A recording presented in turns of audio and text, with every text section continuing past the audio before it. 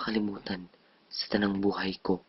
Ako nga pala si Peter at dito magsisimula ang istorya ko.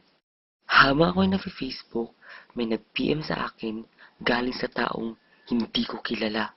Siya raw si Alvin, pakilala niya, nagtratrabaho bilang nurse sa ibang bansa at dito nagsimula ang aming pagkakaibigan.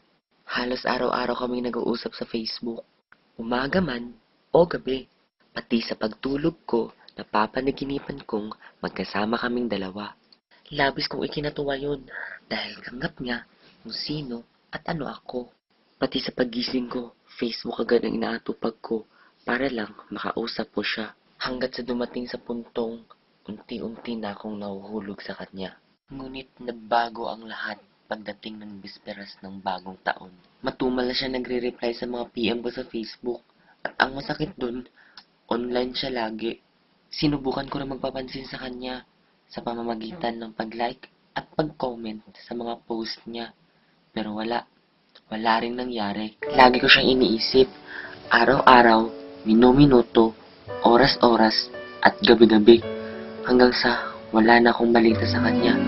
At dumating ang isang araw, bigla siya nag-PM sa akin. Nagpadala siya ng litrato niya. Tanong ko agad, ano to? Sabi niya, gift ko yan kasi alam kong nagtatampo ka. Sabi ko agad na, alam ko namang busy ka eh. Ha ha ha. At ito na pala ang huli naming pag-uusap at wala na akong balita sa kanya. Ang aking pag-ibig